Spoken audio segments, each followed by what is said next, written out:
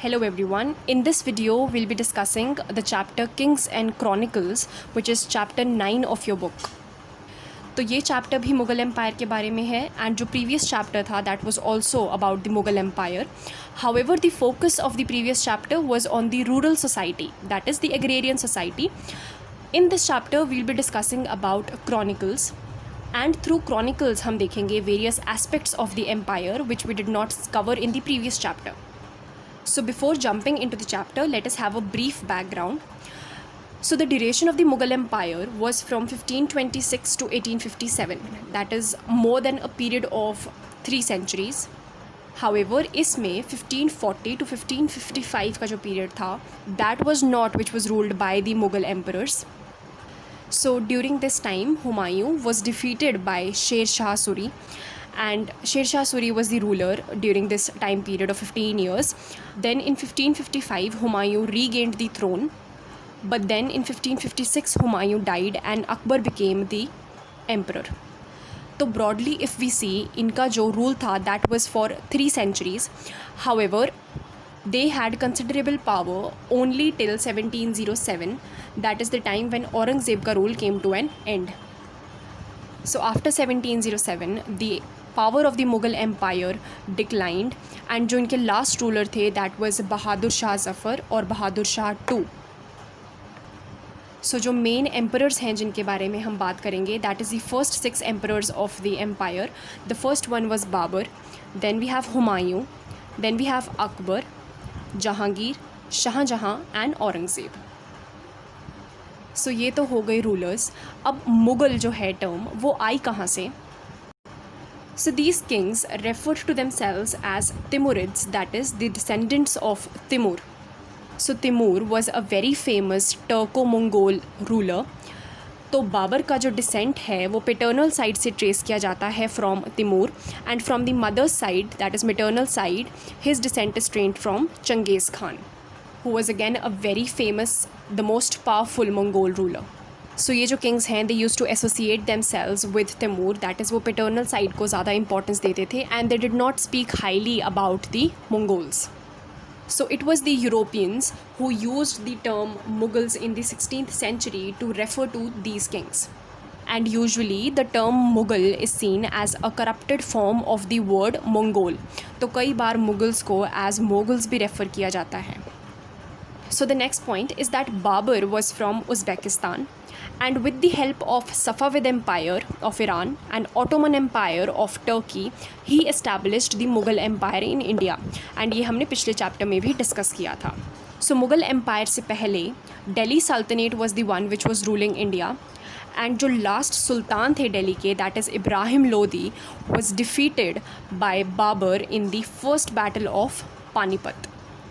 This led to the establishment of the Mughal Empire in India. So this is a brief background and we know that Jalaluddin Akbar was the most famous, the most prominent ruler, and under his rule he consolidated the empire and made it the largest, strongest and the richest kingdom of his time. So the initial establishment of the empire was through military warfare. तो initially उन्होंने kingdom अपना establish किया through conquest. However, what was different in their case is that they followed a policy of accommodation. That is वो different cultures, different religions को भी accommodate करते थे. So although Mughal Empire was a Sunni empire, however we will see how they gave importance to different religions as well. Especially the contribution of Emperor Akbar is what we will see.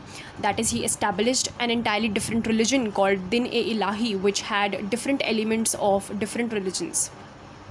Then the base of the empire was agricultural wealth. इसके बारे में we discussed in the previous chapter how agrarian society was the foundation of the Mughal Empire, as agricultural wealth was the main source of revenue for the empire. Then there were effective methods of administration and taxation which were used. However, the most important thing, and which is also the focus of this chapter, is that these emperors, they took upon themselves the task of documenting dynastic histories. That is, emperors ने खुद ही court historians को commission किया उन्होंने उनसे जो भी important events हुआ करते थे या जो भी एम्पायर की इमेज वो प्रोजेक्ट करना चाहते थे उसको लिखवाया. So rather than a third person writing about the important historical events, important political events, the kings themselves took upon the task of documenting these things. So all these documents which were prepared, they were known as chronicles. Chronicles इसलिए because these were records which were written in a chronological order, that is a serial order. So one of the best example is the N.A. Akbari, जिसके बारे में हमने detailed discussion की थी in the previous chapter. So now what were the advantages of these chronicles? First is that they are a repository of factual information, that is they are a mine of information, and second is that they projected a vision of the empire. तो अब इनका मतलब क्या हुआ? So the first thing is that they were a repository of factual information. तो in the previous chapter we saw कि chronicles में किस तरह से इंफॉर्मेशन कलेक्ट की जाती थी, how there were information collected about each and every institution, how it was classified and organised.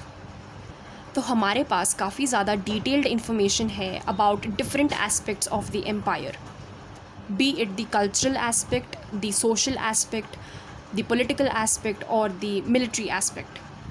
Then they projected a vision of the empire. This means that they conveyed the idea which the Mughal emperor sought to impose on the subjects. That is, Mughal emperors किस तरह की ideologies को follow करते थे, वो किस तरह का empire चाहते थे. For example, एन से हमें एम्परर अकबर के व्यू का पता चलता है. So according to him, the empire had social harmony. The empire was an enlightened empire, was accommodative of different people. However, at the same time, किसी भी तरह की कोई resistance against the state was bound to fail. So these chronicles, they project the idea or the vision of the emperor. Then some examples of these chronicles जिनके बारे में हम discuss करेंगे further in the video is Akbarnama and बादशाहनामा. So Akbarnama का ही third part था N.A. Akbari, about which we discussed in the previous chapter. So now let's discuss the first major topic, that is the production of chronicles. That is, ये chronicles बनती कैसे थी. So we've discussed about the importance of these chronicles. So first of all, they were an important source for studying the empire. They also projected a vision of the empire, and they were a permanent record of the rule of these rulers. So one interesting fact is that a lot of these chronicles were named after the emperor. For example, we have Akbarnama, Shahjahanama, Alamgirnama. Alamgir was the name of Aurangzeb only. तो ये सारे emperors के name पे थे. नामा का मतलब होता है tale. So the Akbarnama was a tale of Akbar, right? So इससे हमें क्या पता चलता है? It is that the history of the empire was synonymous with that of the emperor. That is, जो emperor की history है वही empire की history है, which means a lot of focus was on the emperor. तो emperor एक तरह से was the central force of the empire. He was considered as the axis mundi of the empire. इसके बारे में हम डिस्कस करेंगे when we will deal with the topic of the Mughal court. तो जब हम वो टॉपिक डिस्कस करेंगे आपको बहुत सारे एग्जाम्पल्स देखने को मिलेंगे that how was emperor center of the empire. अब क्रॉनिकल्स का जो फर्स्ट एस्पेक्ट हमने डील करना है that is the language of the chronicles. So there was a shift from Turkish to Persian.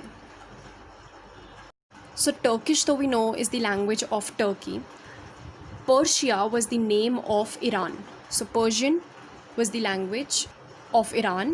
It is also known as Farsi. अब Mughal empire से पहले there was Delhi Sultanate. तो दिल्ली सल्तनत की जो ऑफिशियल लैंग्वेज थी, जो कोर्ट लैंग्वेज थी, दैट वाज पर्शियन. तो इनके जो भी डॉक्यूमेंट्स लिखे जाते थे that were written in Persian with some regional variations. अब मुगल्स के केस में Mughals were Chagatai Turks. Chagatai Turks वो थे who were descendants from the eldest son of Genghis Khan.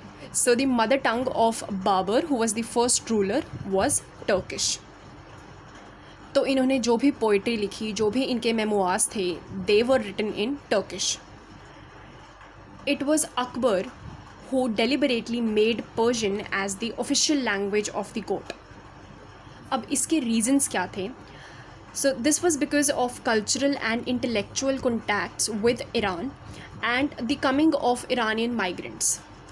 So we've already seen कि जो Safavid Empire था, that is the Iranian Empire, that was one of the empires which helped Babur establish the Mughal dynasty in India.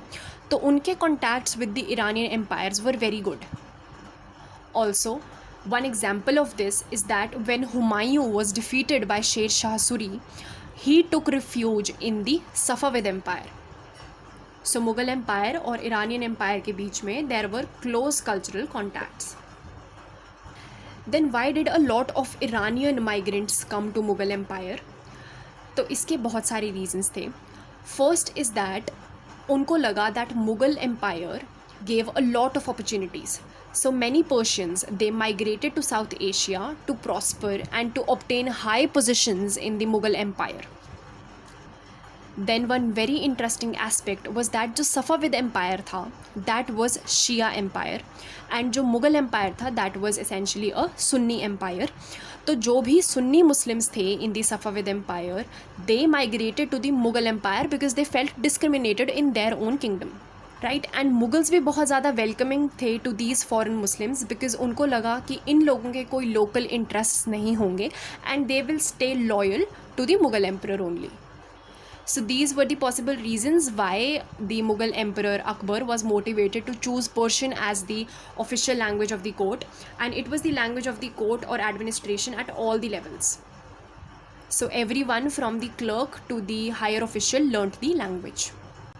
So before Persian became the language of the court, there are various instances from where we see that the Persian language had kind of influence in the Mughal Empire. For example, we have official records from Rajasthan, from Maharashtra and from Tamil. तो हम देखते हैं कि इनमें भी the vocabulary, the idioms of the Persian language were used.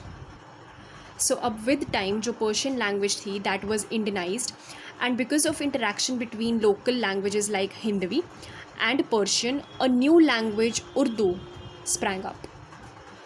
तो जो Mughal official histories हैं, जो क्रॉनिकल्स हैं, they are written in the Persian language, and जो भी अकाउंट्स थे which were not in Persian, for example the memoirs by Babur which were in Turkish, they were translated into Persian. Further, there were translations of Sanskrit texts like Mahabharat and Ramayana. तो जो महाभारत की translation है, that is known as Razmnama. नामा means tale and रज़्म means war. So Mahabharata कि literally जो translation की गई है Razmnama, it means tale of Wars.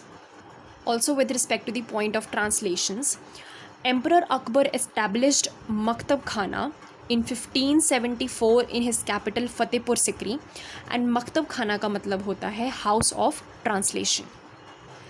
So this is about the language of chronicles. Now let us discuss the making of chronicles or the making of manuscripts. So the manuscripts or these chronicles, they were written by hand.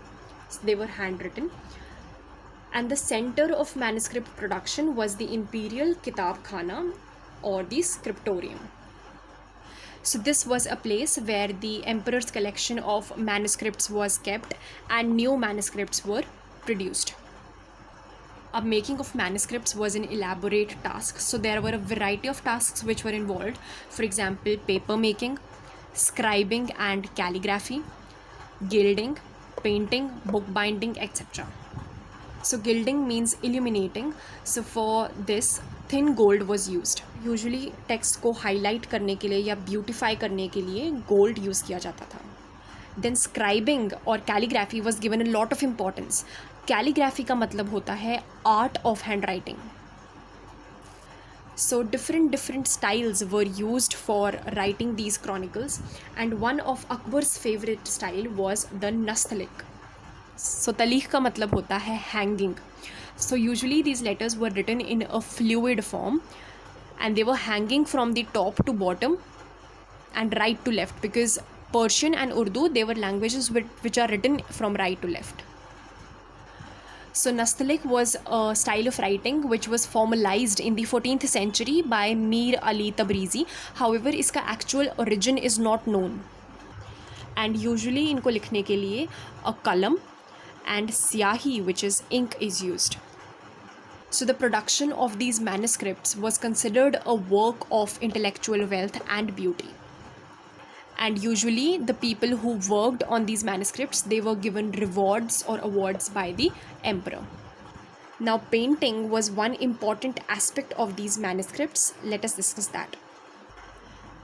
So the paintings, they gave visual expression, visual form to what was written in the book. And we all are aware of the saying that a picture equals 1,000 words. So paintings were definitely one of the important component of these chronicles.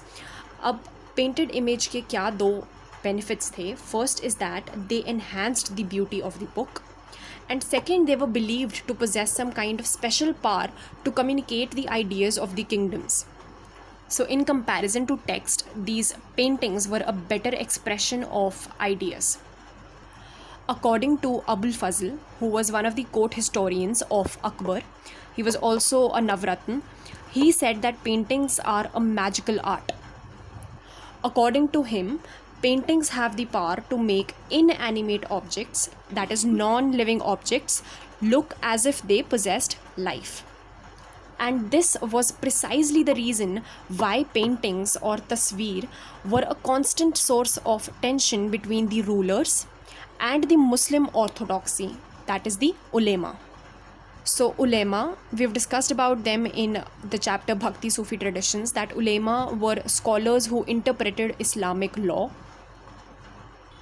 So according to them, human beings की creation is the exclusive function of God. So because of this reason, जो artists हैं, जो painters हैं, who are showing inanimate objects to possess life, who are showing non-living objects as living objects, they are trying to take away or appropriate this power of the God. So this is why the conservative orthodoxy was against paintings. However, with time, there were changes in the interpretations of the Islamic traditions. And with time, people came to accept these paintings. So these emperors, the Mughal emperors as well as the emperors of the Safavid kingdom, they used to patronize these artists. They used to favor these artists. So Akbar is even quoted as saying that there are many that hate painting, but such men I dislike. So the Mughal empire patronized arts. So this is all for this video. In the next video, we'll be starting with two important chronicles, that is the Akbarnama and the Badshah Nama. Thank you so much for watching.